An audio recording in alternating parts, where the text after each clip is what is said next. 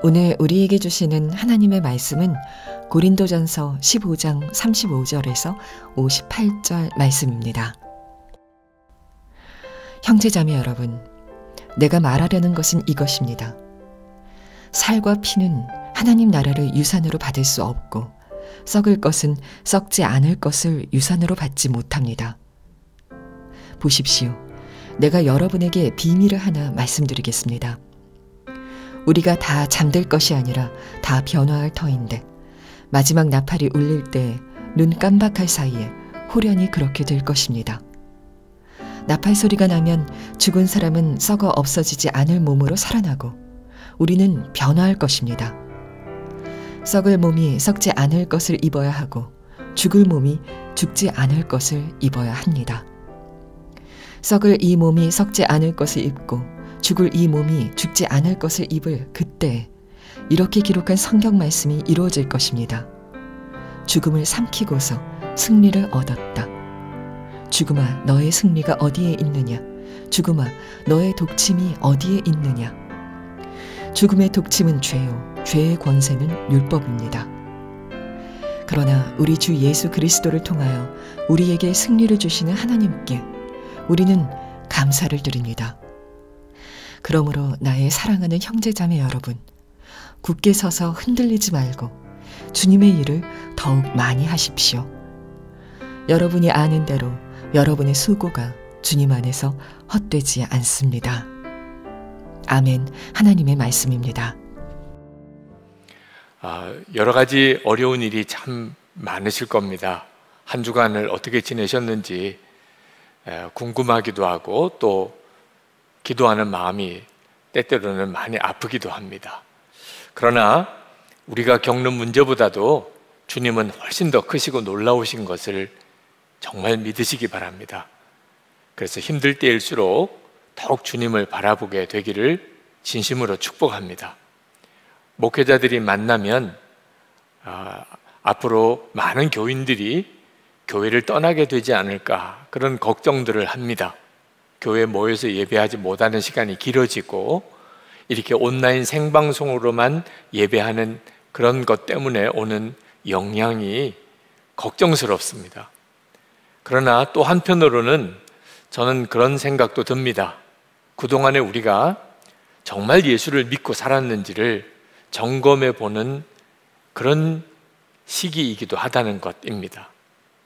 진짜 예수를 믿은 것도 아닌데 그저 교회만 다니는 믿음으로 자기가 예수 믿은 줄로 생각했던 사람들, 그런 사람들이 얼마나 많을까? 하나님께서 이번 요 시기를 통하여 우리를 그렇게 가르치는 것은 아닌가, 그런 생각도 합니다. 리차드 범브란트 목사님께서 그리스도인은 두 부류로 나눈다고 말씀을 했습니다. 한 부류는 정말 하나님을 믿는 사람이고 또 한 부류는 자기가 하나님을 믿는다고 믿는 사람들이라고 그렇게 말을 했습니다.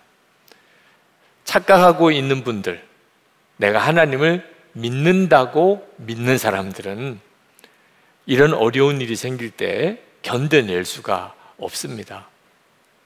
그러므로 이런 어려운 때가 되었을 때 우리가 예전처럼 그저 다시 일상으로 돌아가서 모여서 이렇게 예배할 수 있는 날이 돌아오기만을 기도해서는 안 될 거라는 생각이 듭니다. 이번에 어떤 어려움과 시험에 만날지라도 흔들리지 않는 진짜 예수 믿는 사람으로 우리가 설 수 있게 되기를 기도해야 합니다. 우리가 정말 어떤 믿음의 사람인지, 나는 정말 예수 믿고 구원받은 생명 가진 성도가 맞는지 여러분 스스로가 한번 분명하게 자기 점검해 봐야 됩니다. 그 믿음이 바로 부활신앙입니다. 예수님이 부활하셨다는 사실을 정말 믿고 나도, 내 몸도 부활할 것이라고 믿는 믿음, 이 믿음이 있는 사람은 시험이 오거나 핍박이 오거나 유혹이 오거나 어려움이 와도 흔들리지 않습니다. 사도 바울은 우리 몸의 부활을 증거했을 때 고린도 교인들로부터 질문을 받았습니다. 35절입니다. 죽은 사람이 어떻게 살아나며 그들은 어떤 몸으로 옵니까? 죽었다가 다시 부활한다는데 그러면 어떤 몸으로 부활하는 겁니까? 라는 질문을 받았습니다. 사도 바울은 그 질문에 대하여 씨와 그리고 꽃과 나무의 비유를 해서 설명을 했습니다. 씨는 얼마나 보잘것없어 보입니까? 얼마나 작습니까? 그런데 그 씨가 땅에 심겨져 죽으면 거기서 아름다운 꽃이 피고 그리고 큰 나무가 자라지 않습니까? 우리가 육신의 몸이 죽고 부활의 몸이 된다는 것이 이와 같이 놀라운 것이라고 그렇게 사도 바울은 증거합니다. 42절에는 썩지 아니하는 몸이라고 그랬고 43절에는 영광스러운 몸, 강한 몸이라고 했고 44절에는 신령한 몸이라고 했습니다. 우리가 지금 가지고 있는 이 육신의 몸과 부활의 몸은 차이가 있다는 겁니다. 어떤 차이냐 하면 하나님이 우리를 만드실 때 하나님의 형상대로 우리를 만드셨고 그리고는 대단히 보기에 좋아하셨습니다. 그 하나님의 형상을 닮은 창조하셨을 때 그 원형이 회복되는 겁니다. 부활의 몸은 전혀 엉뚱한 몸이 아닙니다. 49절에 이렇게 말씀합니다. 흙으로 빚은 그 사람의 형상을 우리가 입은 것과 같이 우리는 또한 하늘에 속한 그분의 형상을 입을 것입니다. 우리가 부활의 몸을 이제 가지게 될 때는 하나님이 원래 우리를 만드셨던 하나님의 형상이 그대로 다 드러나게 된다는 겁니다. 예수님이 재림에 오시면 이 땅에 하나님의 나라가 온전히 이루어지게 되는데 그 하나님의 나라에는 누가 들어가게 되는가? 몸이 부활한 사람이 들어가는 겁니다. 그리고 그 몸은 완전히 변화된 몸, 온전한 몸, 하나님의 형상을 닮은 그대로의 몸, 그 몸으로 하나님의 나라에 들어가는 겁니다. 50절, 52절에 이렇게 말씀합니다. 형제, 자매 여러분, 내가 말하는 것은 이것입니다. 살과 피는 하나님의 나라를 유산으로 받을 수 없고 썩을 것은 썩지 아니할 것을 유산으로 받지 못합니다. 52절에 마지막 나팔이 울릴 때 눈 깜빡할 사이에 호련히 그렇게 될 것입니다. 나팔 소리가 나면 죽은 사람은 썩어 없어지지 않을 몸으로 살아나고 우리는 변화할 것입니다. 여러분, 이 믿음이 엄청난 믿음입니다. 나도 내 몸도 부활할 것이라. 이 사실을 진짜 믿게 되면 빨리 죽고 싶어요. 그런 허무주의, 염세주의, 그런 생각이 다 사라져 버리게 됩니다. 자기 자신을 다른 사람하고 비교하는 열등감, 비교의식, 나는 왜 이렇게 초라할까? 나는 왜 이렇게 못났을까? 나는 왜 이렇게 장애가 있을까? 그런 열등감과 좌절감이 다 사라지게 됩니다. 우리의 몸이 하나님의 영광스러운 온전한 몸으로 부활할 것이라. 세상에 사는 동안 100년도 못 되는 짧은 기간 동안에는 비록 내 몸이 죄에 여전히 묶여 있고 부족하고 보잘것없고 그리고 여러 가지 장애가 있다 하더라도 이제 하나님과 함께 영원히 사는 그때는 완전한 몸으로 내가 다시 일어나게 될 것이라. 이 사실을 정말 알고 나면 무엇 때문에 흔들리고 좌절하고 그리고 열등감에 무너지겠습니까? 요즘 같은 때가 아니었던 그 전에 주일 예배가 끝나고 나면 교우들과 대화 모임을 했던 적이 있었습니다. 한 번은 어느 젊은 남자 집사님이 발언을 하시겠다고 마이크를 받으셨어요. 그러면서 자기소개를 하시는데 아이가 있는데 정신지체 장애가 있다는 겁니다. 그러면서 목사님에게 질문을 하고 싶습니다. 하나님은 성경에 분명히 여호와 라파의 하나님이라고 하시지 않았습니까? 제가 그 질문을 듣는데 장애아를 둔 부모의 아버지의 그 아픈 마음이 확 느껴지더라고요. 하나님은 치유하시는 하나님이라고 분명히 성경에 말씀했는데 왜 우리 아이는 안 고쳐주시나요? 그런 마음이었습니다. 제가 그 집사님에게 무슨 대답을 드려서 마음이 시원할 수 있겠습니까? 참 마음이 쉽지 않더라고요. 그래도 성령이 주시는 마음을 의지해서 그 집사님에게 그런 대답을 드렸습니다. 하나님은 분명히 치유하시는 하나님 맞습니다. 여호와 라파의 하나님이십니다. 그러나 하나님이 모든 병을 다 고쳐주신다는 말씀은 아닙니다. 불치의 병도 실제로 현실적으로 우리가 경험합니다. 왜 하나님이 그렇게 하실까요? 이유는 딱 하나라고 생각합니다. 우리가 온전히 건강한 것보다 병을 가졌을 때 오는 유익이 있을 때는 하나님이 허락하신다고 저는 생각합니다. 실제로 겪어보면 몸이 건강하기 때문에 하나님이 잊어버리고 사는 사람 많습니다. 그런데 병 때문에 하나님을 찾게 되고 그것 때문에 그 영혼이 구원받은 경우를 저는 많이 보았습니다. 병으로 인해서 하나님 앞에 더 겸손해지고 전적으로 하나님만 의지하게 되는 일도 있습니다. 그래서 하나님께서 우리에게 병을 허락하시는 것 아닌가 그런 생각이 듭니다. 그리고 또 하나 분명한 것은 비록 우리가 몸이 병들고 또는 교통사고를 당해서 내 몸이 상하고 또는 장애가 있다 하더라도 주님이 재림하시는 날 우리 몸이 다 부활할 텐데 그때 우리 몸은 온전한 몸으로 부활하게 될 것입니다. 그렇게 말씀을 드렸습니다. 여러분, 우리 몸이 부활한다는 것은 장애를 가진 사람에게는 얼마나 큰 소망입니까? 자기가 다른 사람보다 좀 못생겼다고 늘 열등감 가진 사람에게는 이건 얼마나 놀라운 일입니까? 그러나 우리 몸의 부활은 장애를 가진 사람이나 사고를 당한 사람이나 어디 몸이 아픈 사람이나 또는 외모 때문에 열등감을 가진 사람에게만 복음이 아닙니다.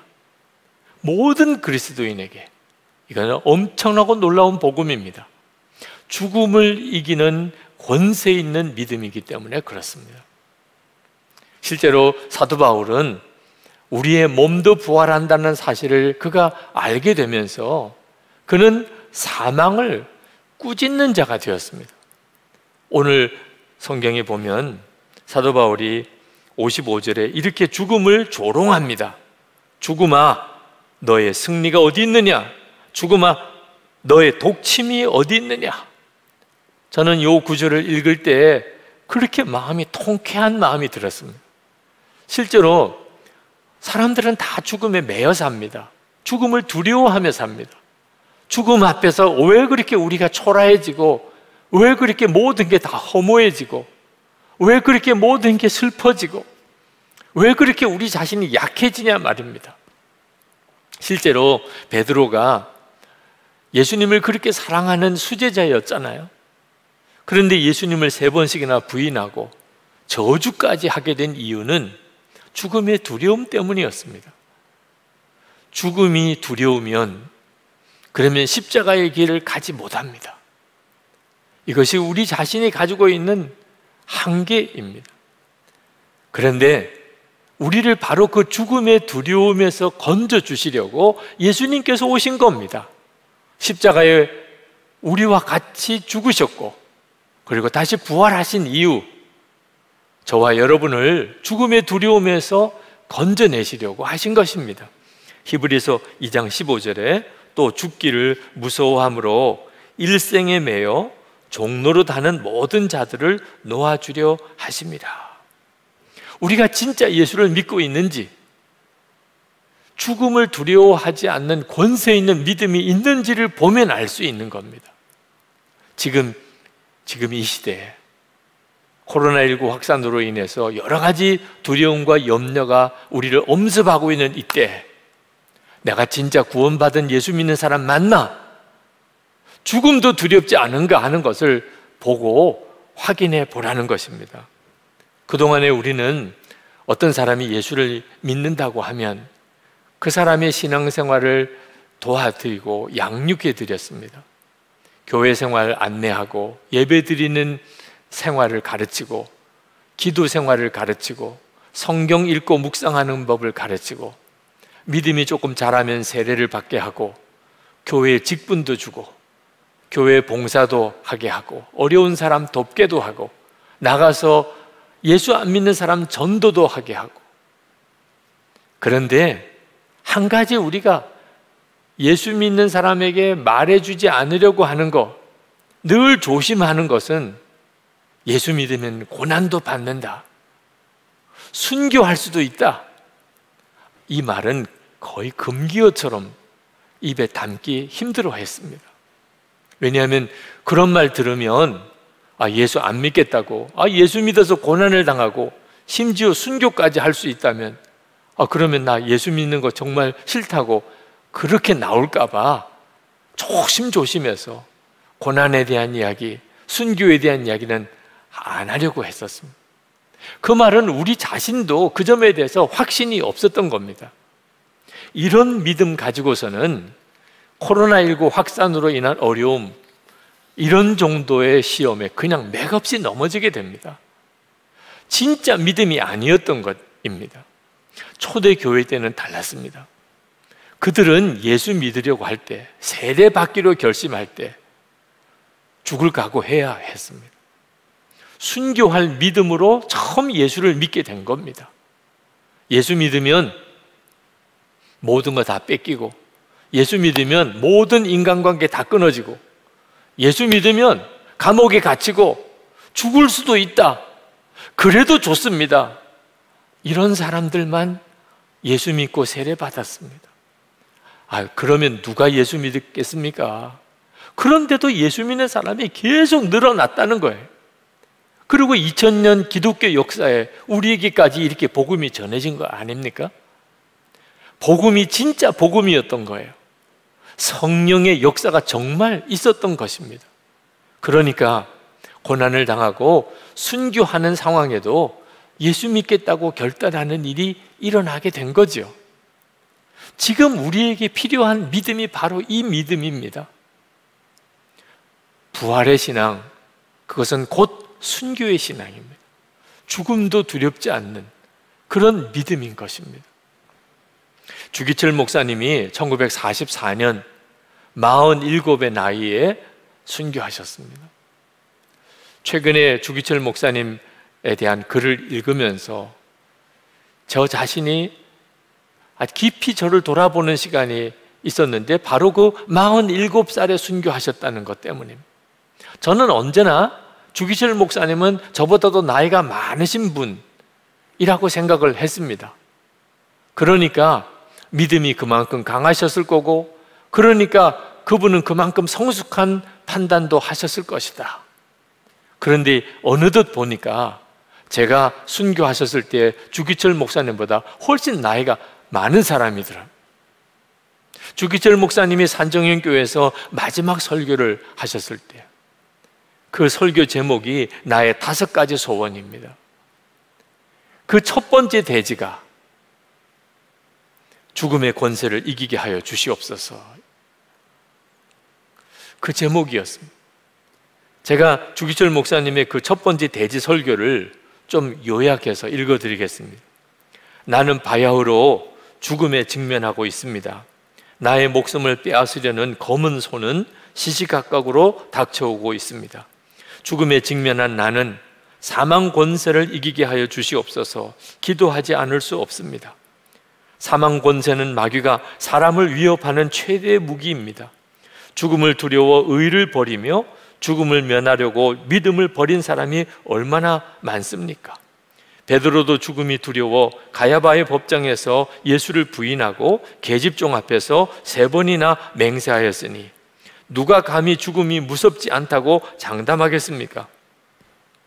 그러나 폐결핵 환자로 요양원에 눕지 아니하고 예수의 종으로 감옥에 갇힌 것은 얼마나 큰 은혜입니까? 자동차에 치여 죽는 죽음도 있는데 예수의 이름으로 사형장에 나가는 것은 그리스도인 최대의 영광입니다. 나의 사랑하는 교우 여러분, 그리스도의 사람은 살아도 그리스도인답게 살고 죽어도 그리스도인답게 죽어야 합니다.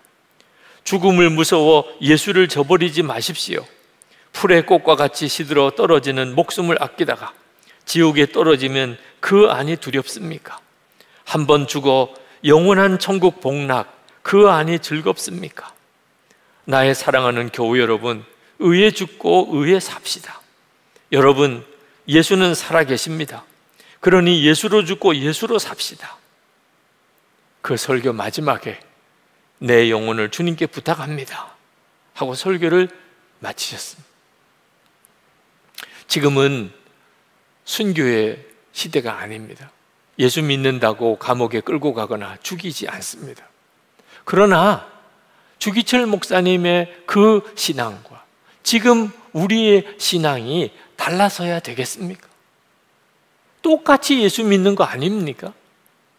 그러므로 지금은 순교의 시대는 아니어도 우리는 여전히 순교의 신앙, 진짜 부활의 신앙 가지고 살아야 됩니다. 오늘날 왜 그렇게 많은 교회가 구설수가 생기고 시험이 생기고 그렇게 싸우고 다투는 겁니까? 왜 지금 이때의 교회의 영광이 가리워졌습니까? 왜 성도들, 예수 믿는 성도들의 삶이 진정으로 변화된 삶을 그렇게 살지 못하는 겁니까? 순교의 신앙, 진정한 부활의 신앙을 갖고 있지 않기 때문에 그런 것입니다. 나치 정권에 의해서 순교당했던 디트리트 본헤퍼 목사님, 나를 따르라라고 하는 책에서 그는 똑같은 이야기를 하고 계십니다. 십자가는 시작이다. 그리스도가 누군가를 부르실 때 그분은 그 사람에게 와서 죽으라 하신다. 예수님의 모든 명령은 죽음으로의 부르심이다. 우리의 모든 애정과 욕망과 함께 우리가 죽어야 한다는 부르심이다. 제자로의 부르심, 예수 그리스도의 이름으로 세례를 받는다는 의미는 죽음과 생명을 동시에 의미한다. 고난은 진정한 제자도의 표식이다. 우리가 만약 우리의 십자가를 지고 고난을 받으며 사람들로부터 거절당하는 것을 거부한다면 우리는 그리스도와의 친밀한 사귐을 빼앗기게 되는 것이며 더 이상 그리스도를 따르는 것을 멈추게 된다. 여러분, 주님의 십자가의 부르심은 고난의 부르심, 예수를 믿을 때 죽음을 각오해야 한다면 어떻게 그렇게 할 수 있겠습니까? 우리의 몸도 부활한다는 사실을 명확하게 알 때, 우리가 그저 죽으면 끝이 아니고 우리가 반드시 우리도 부활한다는 사실을 분명하게 믿을 때 비로소 그때만 순교의 신앙, 죽음으로의 부르심 앞에 순종할 수 있고, 그때만 진짜 부활의 주님으로, 부활의 능력으로, 죽음의 권세를 이기는 믿음으로 살 수 있는 겁니다. 사도 바울이 갈라디아서 2장 20절에 고백하기를 내가 그리스도와 함께 십자가에 못 박혔나니 그런즉 이제는 내가 사는 것이 아니요 오직 내 안에 그리스도께서 사시는 것이라, 이렇게 고백을 했던 바로 이 고백이 순교의 신앙, 부활의 신앙인 것입니다. 비록 지금은 순교의 시대는 아니지만 우리의 믿음은 동일해야 합니다. 내가 그리스도와 함께 이미 십자가에 못 박혔나니 이제는 내가 사는 것 아니요 내 안에 그리스도께서 사시는 것이라. 이 고백으로 살아가야 어떤 시험과 어떤 어려움이 온다 하더라도 능히 이길 수 있습니다. 이미 죽었는데 왜 죽음이 두렵겠습니까? 중국의 워치만 리가, 그가 예수를 믿었지만 죄는 이길 수가 없었답니다. 그런데 어느 날 갈라디아서 2장 20절 말씀을 읽고 충격을 받았습니다. 그래, 맞다.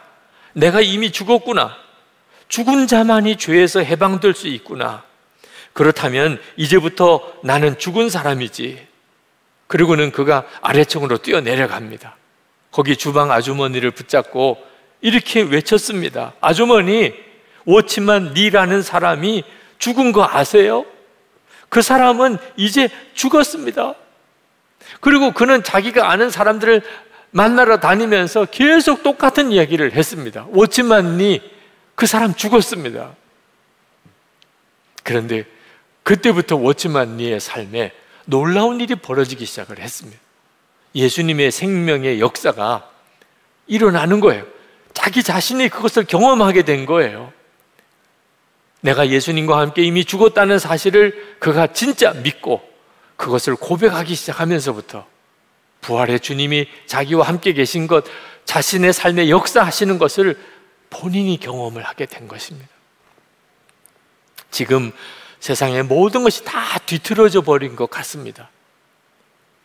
자연재해나 또는 코로나19 전염병 같은 문제뿐만 아니고 죄가 이기는 것 같고 하나님을 모욕하는 자들이 잘 되는 것 같고 완전히 마귀 세상이 된 것처럼 그렇게 느껴질 때도 있습니다. 그러나 두려워하지 마십시오. 하나님이 반드시 이기십니다. 이것은 이미 정해진 사실입니다. 그래서 흔들리지 않아야 합니다. 사도 바울이 부활신앙을 그렇게 강조한 이유, 우리 몸도 부활합니다. 이 사실을 고린도 교인들에게 그렇게 말씀을 증거한 이유가 뭔지 아십니까? 58절에 나옵니다. 그러므로 나의 사랑하는 형제 자매 여러분, 굳게 서서 흔들리지 말고 주님의 일을 더욱 많이 하십시오. 여러분이 아는 대로 여러분의 수고가 주님 안에서 헛되지 않습니다. 부활신앙을 강조한 것은 그저 우리가 죽고 난 다음에 우리도 부활할 것이라는 사실을 그저 뜬구름처럼 무슨 어떤 전설이나 신화를 이야기하는 것처럼 말씀하려는 게 아닙니다. 우리의 몸이 부활한다는 사실이 진짜 믿어지면 지금 내 삶이 달라지니까 어떤 어려움이 와도 핍박이 와도 유혹이 와도 굳게 서서 흔들리지 않는 거예요. 오히려 더 열심히 주의 일을 하는 겁니다. 왜? 절대로 헛되지 않게 되니까. 부활의 그날, 우리 몸이 부활하는 그날, 그 하나님의 나라에서 우리가 누릴 그 영광이 말할 수 없이 크니까 말이에요. 우리가 죽어도 다시 부활할 것이라는 믿음 때문에 죽음도 이기는 권세 있는 믿음을 가지게 됩니다. 근데 이 믿음은 실제로 부활의 주님을 만난 사람에게 주어지는 겁니다. 사도 바울도 그가 부활의 신앙을 가진 이유가 부활의 주님을 만났기 때문입니다. 고린도전서 15장 8절에 그는 고백합니다. 맨 나중에 다리 차지 못하여 난 자 같은 나에게도 부활의 주님이 나타나셨습니다. 부활의 주님을 만나고 나니까 자기 자신의 부활도 믿어지게 되고 더 이상 죽음도 두려워하지 않는 사도로 살 수 있었던 거죠. 여러분 중에는 나도 부활의 주님을 만날 수 있을까요? 그런 질문하는 분이 있으실 겁니다. 대답은 물론입니다. 우리 초등학교 아이들이 주일마다 영상으로 주일 예배를 드립니다. 종료주일이었답니다. 십자가의 사랑에 대한 설교를 영상으로 그 아이들이 보았는데 초등학교 5학년 아이가 그날 예수동행 일기에 이렇게 일기에 썼다는 거예요. 예배를 드리고 나니 이런 생각이 들었다. 나는 죄인이고 하나님보다 게임 생각을 더 많이 하고 예배 드리기 싫어하는 아이인데 하나님이 정말 나를 위해 죽으셨을까? 그리고 내가 간절히 기도하면 나를 만나 주실까? 이런 생각을 해서 이번 주는 게임을 하지 않고 기도 시간을 늘리려고 한다. 얼마나 사랑스러운 결단입니까?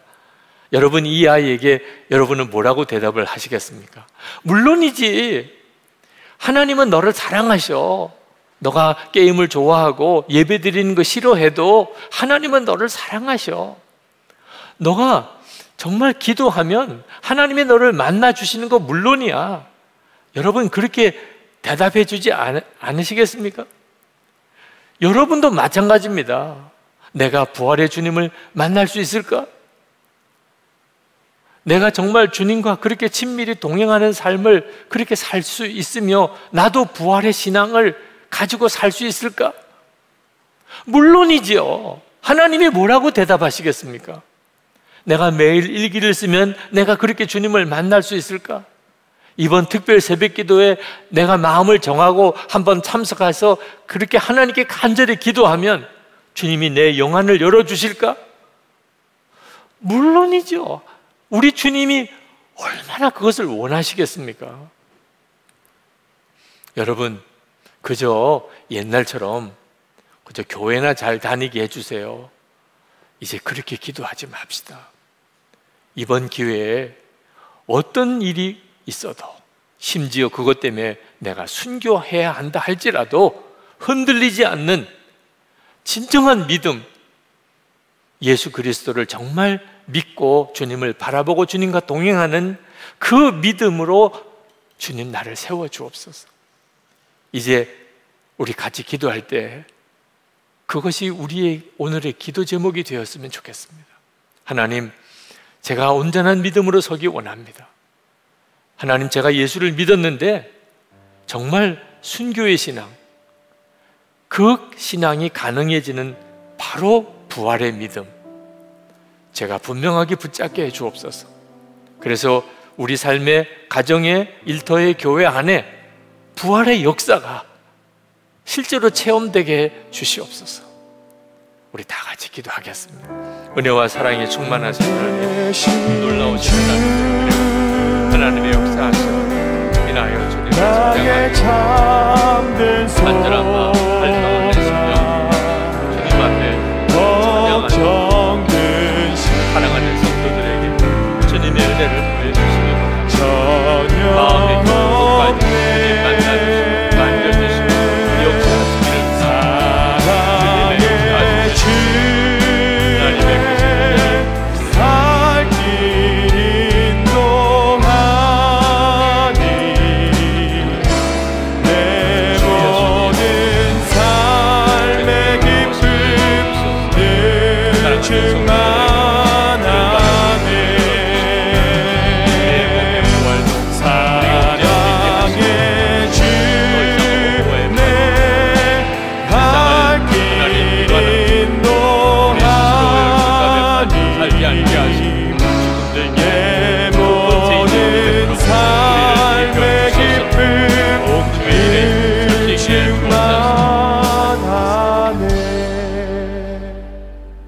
아버지 하나님, 오늘도 저희들이 주님을 바라봅니다. 비록 우리가 지금 있는 곳이 예배당이 아니지만 우리 자신이 이미 성전이 되었으니 지금 있는 그곳에서 하나님 거룩히 그곳을 구별하시고 예배의 처소로 삼으시고, 그리고 우리의 간절한 마음을 주님 받아주소서. 예배드리는 성도들 머리머리에 주님이 친히 안수하시고 그들이 있는 그곳을 주의 거룩한 빛으로 구별하소서. 무엇보다도 오늘도 우리에게 주신 그 말씀을 붙잡습니다. 하나님, 여러 가지로 흉흉한 소식들이 들려오고 실제로 우리가 겪는 어려움이 커지고 있습니다. 앞으로는 어떻게 될지 예측하기도 힘들고 답답할 때가 있습니다. 그러나 하나님께서 우리에게 부활의 신앙, 죽음도 이기는 권세 있는 믿음을 이미 주셨음을 감사합니다. 부활의 주님을 바라보는 눈을 분명히 뜨게 해주셔서 세상보다 더 크신 주님이 함께 계심을 우리가 분명히 알게 하소서. 주님은 우리를 반드시 인도하시고 우리가 살 길을 주님이 이끄실 것을 우리가 분명히 믿고 가게 하소서. 앞에 어떤 어려움이 있든지 어떤 시험과 난관이 있든지 죽음조차도 하나님의 뜻대로 살려고 하는 우리의 마음을 막을 수가 없고 또 주님을 따라가려고 하는 우리를 꺾을 수가 없음을 고백합니다. 예수님과 함께 이미 죽고 예수님으로 사는 믿음으로 성도들을 세워주소서. 저들의 심령의 변화가 있고 가정의 삶에, 일터에, 우리의 교회에, 이 나라 민족에 하나님의 놀라운 부활의 역사가 일어나기를 원합니다. 오늘도 하나님께 예배하고 우리의 마음에 주님을 향한 사랑과 믿음과 감사를 담아 예물을 봉헌합니다. 성도들의 그 중심을 받으소서. 온전한 11조, 주님께 드리는 감사, 선교헌금과 구제헌금, 그리고 건축헌금, 하나님을 향한 우리의 사랑이고 헌신입니다. 성도들의 머리머리에 주께서 은혜를 주시되 주를 바라보는 눈, 하나님의 나라를 바라보는 영안을 열어주소서. 육신의 병든 몸을 고쳐주소서. 사랑하는 성도들의 가정을 주님 책임져 주소서. 성도들의 일터, 기업을 주님이 붙잡아 주소서. 힘들고 어려운 일이 많아도 돕고 베풀고 나눌 수 있는 힘, 그 믿음이 있게 하시고, 약속하신 대로 우리가 심은 것에 넘치는 열매를 허락해 주옵소서. 더 크게 주의 일 할 수 있게 해 주옵소서. 이 나라와 민족이 하나님 앞에 온전히 서게 되기 원합니다. 우리나라가 하나님을 대적하는 나라, 하나님이 기뻐하지 않는 법이 제정되는 나라가 되지 않기를 원합니다. 온 국민들, 특히 지도자들의, 특히 국회의원들의 마음에 하나님을 경외하는 마음, 믿음을 주소서. 악한 법이 제정되지 않게 하소서. 북한에 있는 동포들도 주님 살려주소서. 자유와 복음을 저들에게 주소서. 김국기 목사님, 김종욱 목사님, 최충길 선교사님, 장문석 집사님 속히 석방되게 해주소서. 코로나19 확산이 전 세계에서 멈추게 하시고, 자연재해에서 가난한 나라 어려운 사람들 하나님 더 큰 어려움 겪지 않도록 주여 도우소서. 무엇보다 온 세계 열방에 새 부흥이 일어나게 하소서. 영적 대각성이 일어나게 하소서. 선교의 문들이 열리고 선교사와 선교사님의 가족을 주님 지켜 주옵소서. 이제 시작되는 한 주간 동안의 특별 새벽 기도에 시간 말씀과 성령의 역사, 기도의 힘이 부어지게 하옵소서. 주 예수 그리스도 이름으로 간절히 기도합나이다. 아멘. 우리 다 함께 살아계신 주 찬양하겠습니다.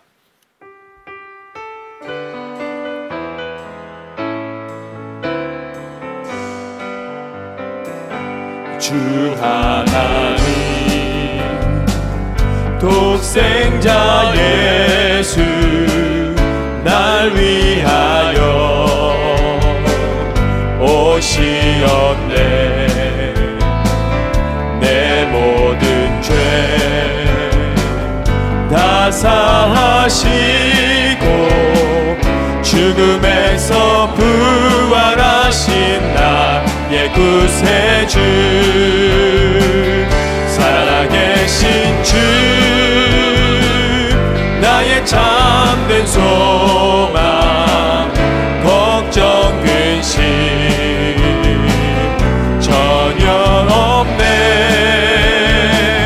사랑의 주내 발길 인도하니 내 모든 삶의 기쁨 늘 충만하네. 살아계신 주, 살아계신 주,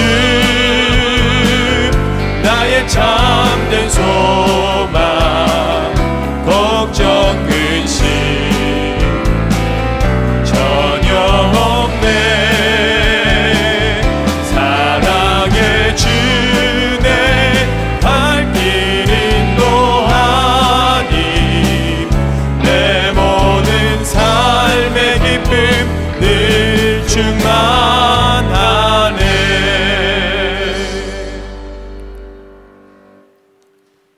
하나님, 예배하는 그곳에 어떤 처지와 형편에 있든지 주님 주의 영으로 덮으시고 주의 보혈로 덮으시고 예배하는 모든 성도들의 심령에 복을 주소서. 주 예수님의 은혜와 하나님의 사랑하심과 성령의 교통하심이 항상 충만하게 하시기를 축원하옵나이다. 아멘.